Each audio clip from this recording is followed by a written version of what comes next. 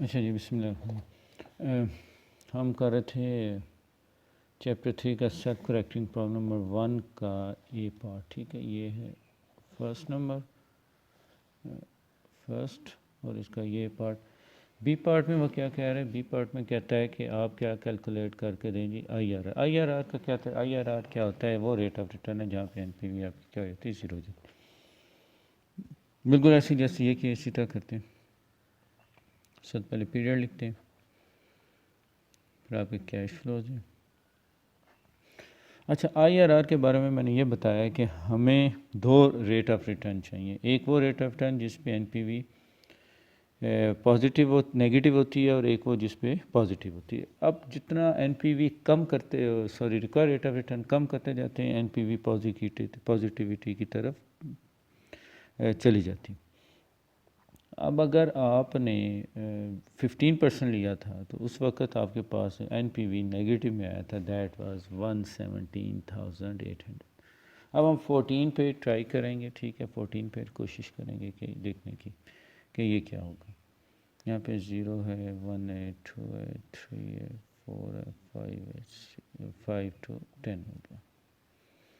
Cash flows देखें जी, हर बार ये है 700,000 है, सॉरी ये 1 मिलियन है, फिर 250,000 है। ये दोनों आउटफ्लो थे, इनफ्लो 300,000 है, 350,000 है। ये क्या हो जाएगा आपके पास? 400,000। नेक्स्ट है आपका डिस्काउंट फैक्टर, आपको लेना है।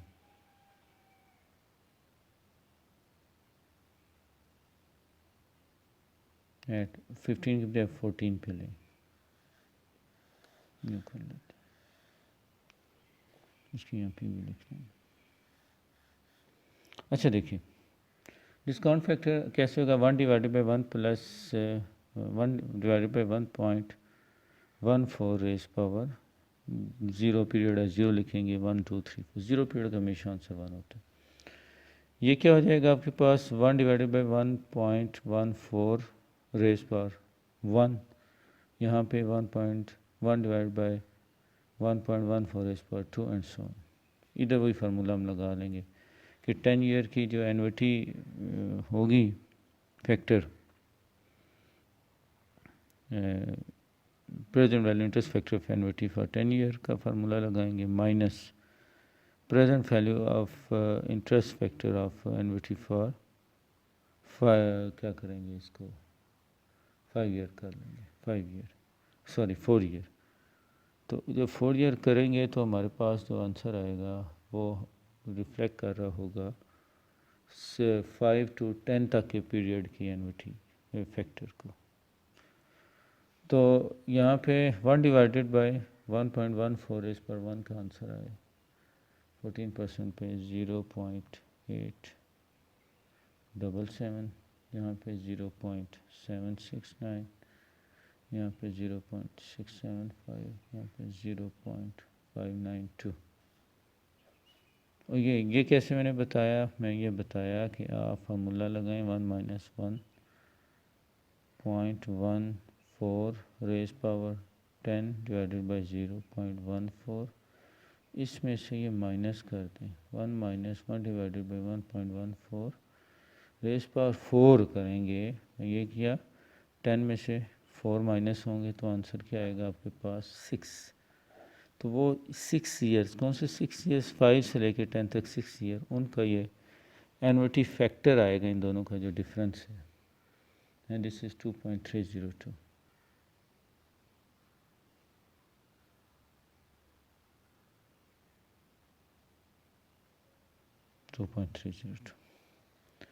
फिर यहाँ पे आंसर आपके पास आ जाएगा present value.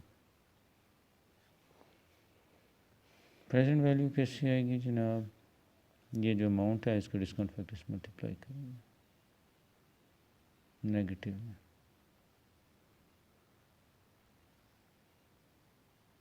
Negative positive,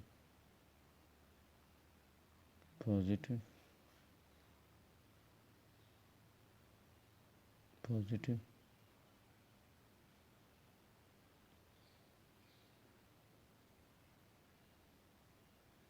positive. यहाँ पे अपने एनपीवी लिखनी है।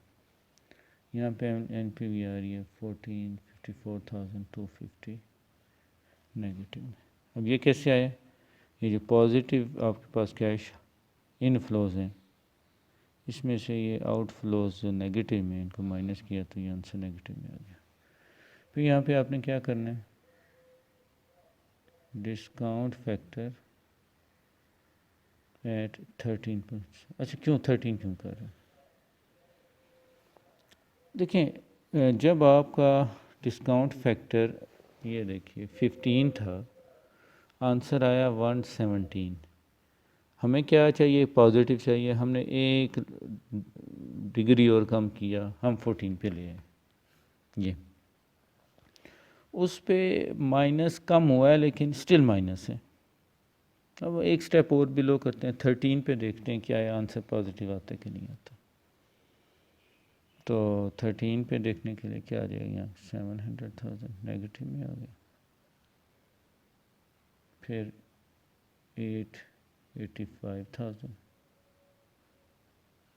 फिर 195,750 पॉजिटिव, 207,900 पॉजिटिव। ये इसको इससे मल्टीप्लाई किया और कुछ सॉरी इसको इससे मल्टीप्लाई किया, इसको फिर से मल्टीप्लाई किया,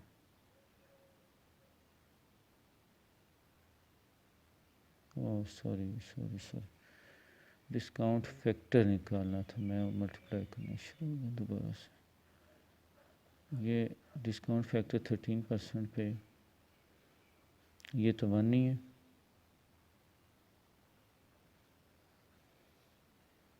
दोबारा यहाँ लिखता हूँ, इसको ख़त्म करके डिस्काउंट फैक्टर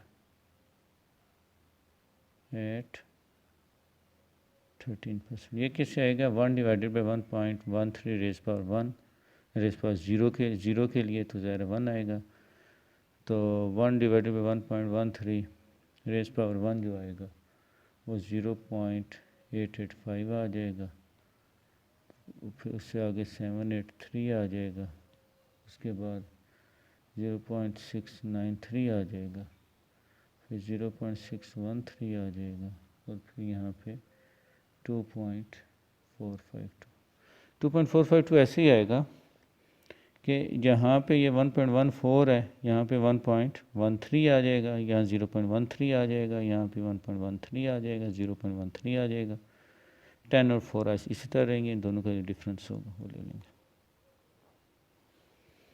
तो जनाब अब हमने एनपीवी लेनी है, सॉरी प्रेजेंट वैल्यू लेनी है दोबारा से। ये प्रेजेंट वैल्यू आपके पास है 14% पे, ये प्रेजेंट वैल्यू है आपकी कितने पे?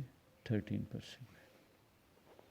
तो ये जो कैश फ्लो है इसको इससे मल्टीप्लाई करें, 13 वाले डिस्काउंट रेट से मल्टीप्लाई करते जाए, ठीक है। तो पहले केस में जब आपने किया तो 700 का 700 ही रहा, ये नेगेटिव में हो जाएगा। दूसरे केस में हमने क्या किया, ये इसको इससे मल्टीप्लाई किया, 885,000 आ गया, ये भी नेगेटिव में हो जाएगा। और फिर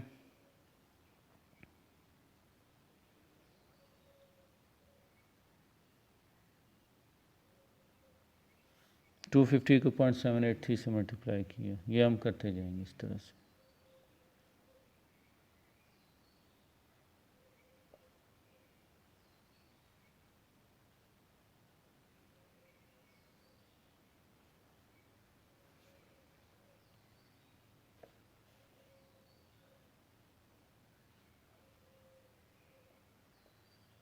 यहाँ पे एनपीवी आपकी आ जाएगी 14,000, ये पॉजिटिव में आ जाएगी।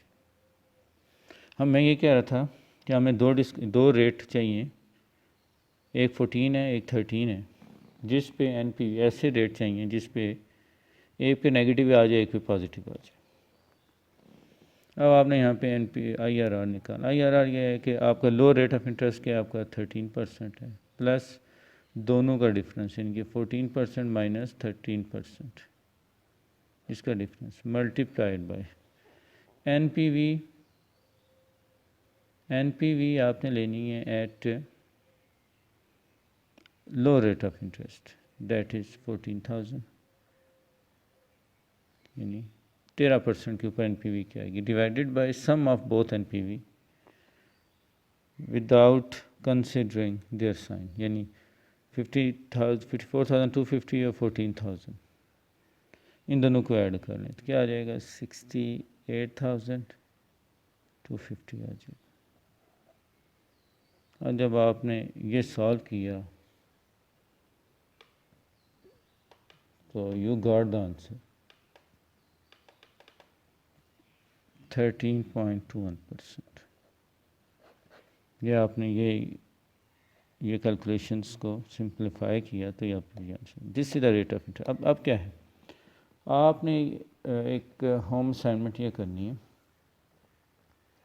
कि 13.21% पे आपने एनपीवी लेनी है। वो चेक करना है कि 13.21 पे क्या एनपीवी ज़ीरो होती है कि नहीं। क्यों? क्योंकि आईआरआर वो रेट ऑफ रिटर्न है जिस पे एनपीवी आपकी ज़ीरो हो जाती है। ठीक है, हमने देखा। अच्छा, दूसरी बात ये है कि जब आपके पास एक पॉजिटिव आ गया एक नेगेटिव आ गया तो इसे इस प्रोसेस को इंटरपोलेशन कहते हैं।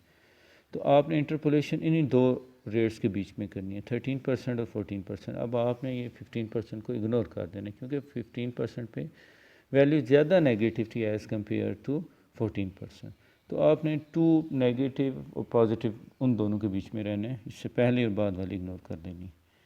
तो ये आपका IRR है। तीसरा कहता है कि